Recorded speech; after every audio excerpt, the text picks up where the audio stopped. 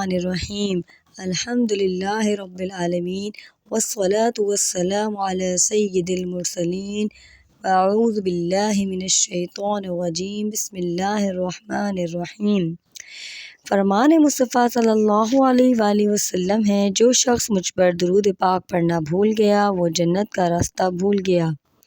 تو چلیے ہم درود پاک پڑھ کے اس ویڈیو کا آغاز کرتے ہیں۔ اللہم صلی علی سیدنا محمد وعلی آل محمد کما صلیت علی ابراہیم وعلی آل ابراہیم انک حمید مجید۔ اللہم بارک علی محمد وعلی آل محمد کما بارکت علی ابراہیم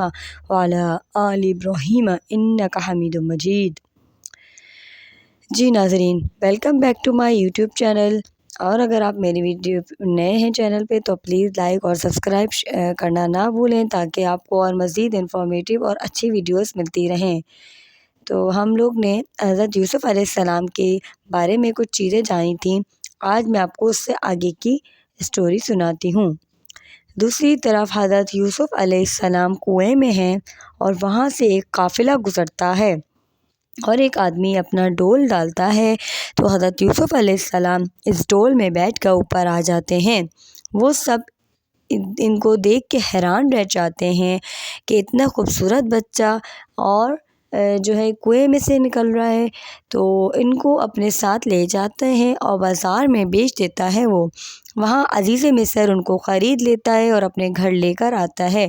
اور اپنے بیٹوں کی طرح ان کو پالتا پوستا ہے۔ پھر جب حضرت یوسف علیہ السلام جوانی میں قدم رکھتے ہیں تو عزیز مصر کی بیوی زلیخا حضرت یوسف علیہ السلام کے حسن کی دیوانی ہو جاتی ہے اور ان کو غلط کام کی طرف راغب کرنے کی کوشش کرتی ہے، لیکن وہ اس سے بچنے کے لیے اللہ تعالیٰ سے دعا مانگتے ہیں اور اللہ پاک ان کو بچا لیتا ہے۔ لیکن زلیخا ان پہ الزام لگا دیتی ہے کہ یہ میرے ساتھ غلط کام کرنا چاہتا تھا، تو اس پہ لوگ کہتے ہیں کہ حضرت یوسف علیہ السلام کو اور حضرت زلیخا دونوں کو چیک کرنے کا طریقہ یہی ہے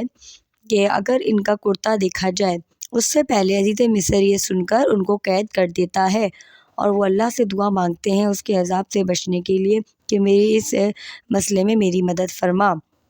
تو لوگ جب ان کو مشورہ دیتے ہیں کہ ان کا کرتا دیکھا جائے، اگر آگے سے پٹا ہے تو اس کا مطلب ہے کہ حضرت یوسف علیہ السلام جو ہیں وہ خطا کار ہیں، لیکن اگر پیچھے سے کرتا پھٹا ہے تو اس کا مطلب ہے کہ زلیخا گناہ گار ہے۔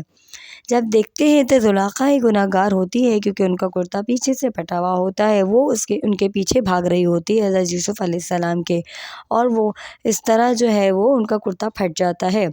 تو لیکن عزیز مصر ان کو قید میں جب ڈال دیتے ہیں تو وہ تھوڑا عرصہ اپنی بیوی کی عزت بچانے کے لیے ان کو قید میں ہی رکھتے ہیں۔ وہاں پہ ان کی ملاقات دو لوگوں سے ہوتی ہے اور وہ ان سے بات چیت کرتے ہیں، ان کو خواب آتا ہے ان دو آدمیوں کو، تو وہ اس کی تعبیر پوچھتے ہیں تو حضرت یوسف علیہ السلام اتفاق سے ان کو وہاں پہ اچھی تعبیر بتاتے ہیں خواب کی۔ پھر آہستہ آہستہ یہ ہوتا ہے کہ جب وہ دو آدمیوں کی رہائی کا وقت آ جاتا ہے اور وہ لوگ باہر چلے جاتے ہیں تو حضرت یوسف علیہ السلام ان کو بولتے ہیں کہ مجھے جو ہے باہر جا کے مجھے یاد رکھنا اور میرے بارے میں بتانا لوگوں کو، لیکن وہ دونوں جب باہر آتے ہیں تو بالکل ان کے دماغ سے وہ نکل جاتا ہے۔ ایک مرتبہ وہاں کے جو حکمران تھے یا بادشاہ تھے ان کو ایک خواب آتا ہے جو کہ کوئی بھی نجومی اس خواب کا تعبیر نہیں بتا پاتا۔ پھر کیا ہوتا ہے کہ ان دونوں افراد کو یاد آتا ہے، وہ بادشاہ کے پاس جاتے ہیں، وہ بتاتے ہیں کہ ہم ایک ایسے آدمی کو جانتے ہیں جو اس خواب کی تعبیر آپ کو بتا سکتا ہے۔ تو وہ فوراً جو ہے حضرت یوسف علیہ السلام کو قید سے رہائی دے کر اپنے پاس بلواتا ہے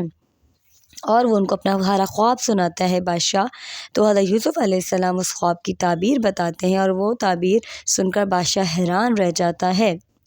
اور پھر حضرت یوسف علیہ السلام اس کی تدبیریں بھی بتاتے ہیں کہ آپ کو کیا کیا کرنا چاہیے۔ بادشاہ بالکل ویسے ہی کرتا ہے اور وہ نقصان سے بچ جاتا ہے۔ اس طرح بادشاہ کو ان کے اوپر بھروسہ ہو جاتا ہے اور پھر وہ بادشاہ ان کو وزیر کے عہدے پر فائز کر دیتا ہے۔ اسی طرح وقت گزرتا رہتا ہے اور بادشاہ کے مرنے کا واقعہ آتا ہے تو بادشاہ جو ہے حضرت یوسف علیہ السلام کو حکمرانی دے دیتا ہے۔ اس طرح حضرت یوسف علیہ السلام وہاں کے حاکم بن جاتے ہیں اور پھر ان کے جو ہے وہ چاہتے ہیں کہ وہ اپنے والد سے ملیں، تو اس کے لیے وہاں پہ ان کے بھائی مصر کے علاقے میں آتے ہیں کچھ اپنے مال وغیرہ بیچنے کے لیے، تو وہاں پہ وہ پہچان جاتے ہیں اپنے بھائی کو، اور تو وہ کیا کرتے ہیں، اپنے بھائی کی تھیلی میں ایک پیالہ رکھ دیتے ہیں، یامین کے بیگ میں، یامین کے جو تھیلا ہوتا ہے اس کے اندر ایک وہ رکھ دیتے ہیں، اور ان کو اپنے پاس روک لیتے ہیں۔ پھر وہ جو بھائی واپس جاتے ہیں حضرت یعقوب علیہ السلام کے پاس، اور ان کو سارا ماجرا سناتے ہیں کہ بادشاہ نے آپ کو بلوایا ہے۔ تو اس طرح وہ آتے ہیں واپس حضرت یوسف علیہ السلام کے پاس اپنے والد کو لے کے۔ جب والد ان کو دیکھتے ہیں تو اور گلے سے لگاتے ہیں حضرت یوسف علیہ السلام، تو ان کو ان کی خوشبو آتی ہے، اور اس طرح وہ ان کی جو ہے آنکھیں واپس آ جاتی ہیں، اور وہ بہت خوش ہوتے ہیں۔ تو سارے بھائی دیکھ کے حیران رہ جاتے ہیں اور ان سے معافی مانگتے ہیں حضرت یوسف علیہ السلام سے کہ ہم سے غلطی ہو گئی، اور پھر اس طرح حضرت یوسف علیہ السلام حکمرانی کرتے ہیں وہاں پہ، اور